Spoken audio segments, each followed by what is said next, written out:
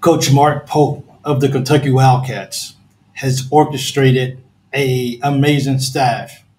He has Kruger, he has Coach Fox, he has Coach Hart, and he has Coach Alvin Brooks as well. He has mastered that. I think a lot of people are excited about it. I think a lot of people says that he hit a home run, and that's what we're going to talk about today as we just get deep in it here.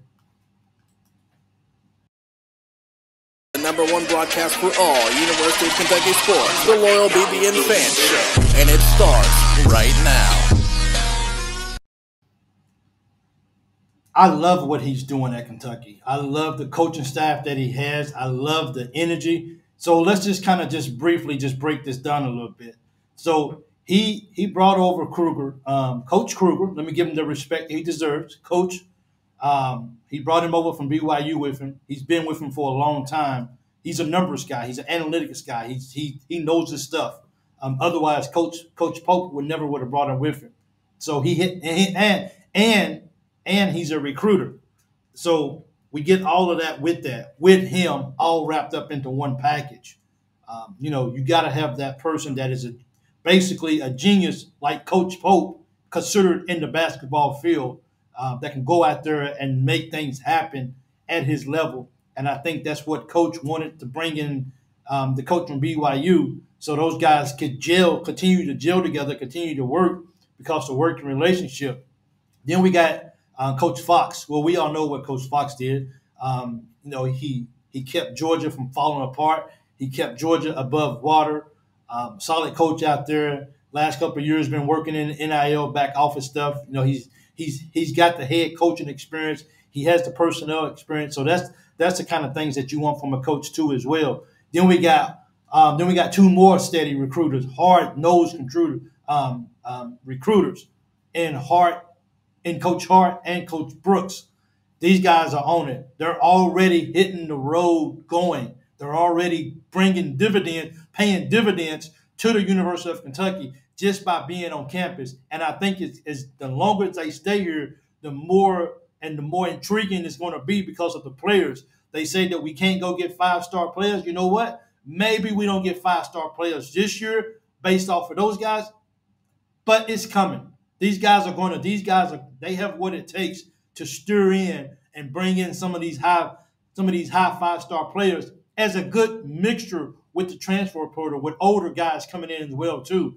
They're really doing a good mixture of players so everyone can complement themselves on what they need to do on the floor. And that's brilliant and that's very smart. And I think the nation knows that Coach Pope was able to bring this crew together, and to me, in my opinion, it looks like he particularly handpicked each individually based off his needs, based off his styles, based off how he sees himself moving into the future as the new era of the Kentucky Wildcats head basketball coach.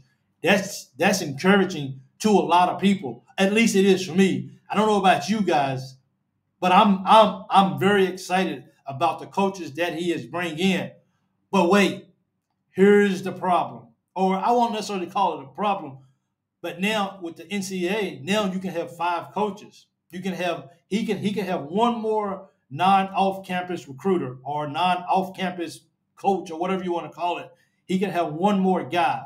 So this is me just being a diehard Kentucky fan. I have to ask a question to you guys. Who do you bring in?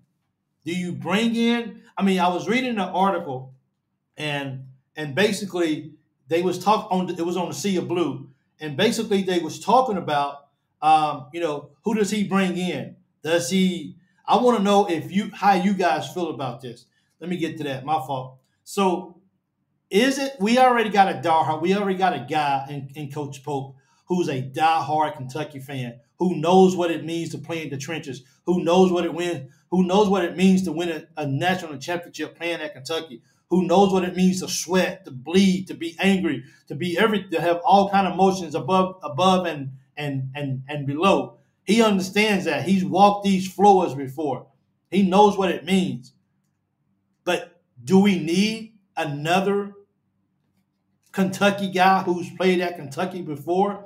Is that the first? Now, in the article that Sia Blue wrote about, they basically mentioned players like that would be maybe a possible. Now, keep in mind, Coach Pope is taking his time. This right here may take longer than even getting the whole full roster before he decides who his players, who his last coach would be. He's making sure he got like this. This is like my last nugget. I got to use it as wisely and as smartly as possible. That's probably the same. They probably mean the same thing. Wisely is probably, yeah. But I have to do this in a way that I make sure that this is a slam dunk of my last addition to my coaching staff. But the article basically mentioned players like they mentioned Jeff Shepard, Scott Padgett, Derek Anderson, Rondo, Tyler Ulis, and others.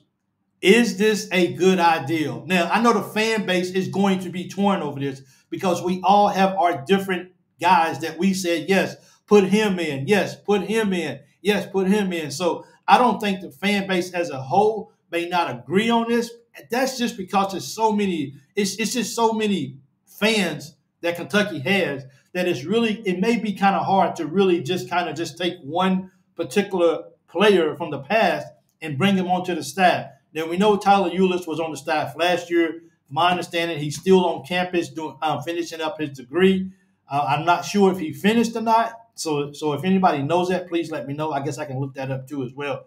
But I'm not sure if he finished his degree or not. But his name is thrown on out there. He didn't go to Arkansas with Coach Cal, which if he didn't go to Arkansas, I mean, to me, that kind of says maybe he's still in school and he's almost finishing up his degree, which is really good because that's really what he wants to do. And I commend him for that, for staying back in his alma mater. And quite frankly, like the other coaches, like they didn't play at Kentucky. So Tyler Ulis understands, along with the rest of the coaches, but I'm talking about Tyler Ulis right now, only because he was already on the staff from last year as a whole. But him, it's just kind of like he's already in the system. He's already there. He already understands. Now, if he doesn't want to keep Tyler Ulis, is it because it's basically like I want my own team? Tyler Ulis coached for Cal and he played for Cal. Is this something that Coach Pope will say to himself? I just want all my new guys in here with me, who I particularly handpicked. Any of those guys that I just read out, please let me know which one you would like to have. And not even these guys, but is there any other coaches out there, assistant coaches, that you think would be a slam dunk get? I mean, I know a lot of people talk about Rondo, and I know and I get it that he's had his legal issues and stuff like that, and that may be just enough to keep him away from coaching, at least for right now. They say time heals wounds and time heals certain things. Maybe everything is still too fresh. Maybe Coach Pope don't want to bring that. He don't want to bring that into the locker room. But one thing about it, you can be negative against Rondo. You can say what you want to say, and I don't condone violence whatsoever. I haven't sat back and read no articles. I haven't dug into what he did. That's between him, his legal cases, or whatever. But I tell you what, if you want to look at somebody that is a pure genius in basketball, Rondo is your guy. He is that good. And and when you look at the rest of these guys, like besides Tyler Ulis' short stint in the NBA, Rondo's the last guy that's actually played in the NBA. Now you got Nazir Muhammad. His name was on the list. I think he's a GM right now.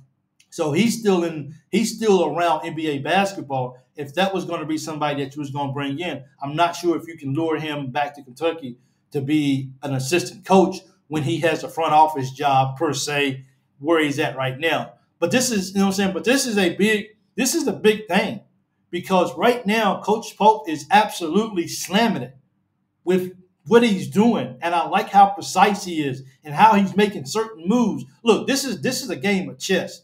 While I know guys in the transfer portal are going off the board like this, I mean they're just going. So I get all of that. I get it that you got to get in and you got to get these guys the same way. And I like the story about Aaron Torres, how he talked about what what went down with Lamont Butler and how he decommitted today. The next morning, all three coaches, Coach Pope, Coach Brooks, I think it was, and was it Hart or Fueger? I can't remember which one he said went out there, but I think it was actually Hart that went out there. But don't quote me on that. I'm not completely sure which three coaches went out there, but I know all the coaching staff went out there. But I know they basically went to his house, and he didn't sugarcoat what he was looking for. He told him he wanted to be the man. He told him that that it's going to be my team, blah blah blah, and they was all sold on it. And for all the coaches to get on the plane together and go and get a recruit or go get a transfer guy, that lets you know we're all in on you. And I think that's one of the things that I think that was a selling point for Butler, to be able to say, I'm done. I don't want to visit nowhere else. I don't want to go nowhere else. Kentucky's where I'm going at. They can meet my needs. I can meet their needs. We're going to be a family, and we're going to come in, and we're going to do our thing together because we trying to win a championship. And all the pieces that Coach Pope is putting together is a great recipe. You got to have your salt. You know what I'm saying? You got to have your pepper, whatever little sauces you like out there. You got to have all that stuff into place when you get ready to fix your ribs or when you get ready to fix your chicken. You know what I'm saying? When you get ready to fix your casserole. All your ingredients have to be there. You have to be ready. And sometimes you just got to go to the store and you just got to go get it. And that's what they did when they went and got Lamont Butler out there for San Diego State University. They went and they said, we want you. Come home to Kentucky. We got you. We'll take care of you. And I applaud those guys for putting that much into it, to showing how much they really care about a particular player. And people that think that Lamont is coming to Kentucky to sit on the bench, sorry. Because people get so caught up in numbers sometimes. The tangible, you might see, oh, well, he only got like 9 points a ball game. You might look at that. But are you looking at him as a whole, as a player? That's what I'm talking about. You got to be smart.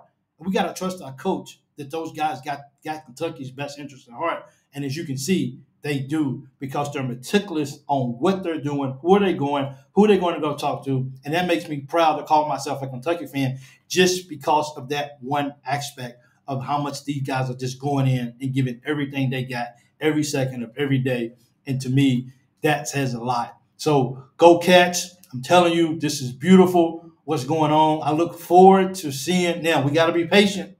We got to be patient with the last coach.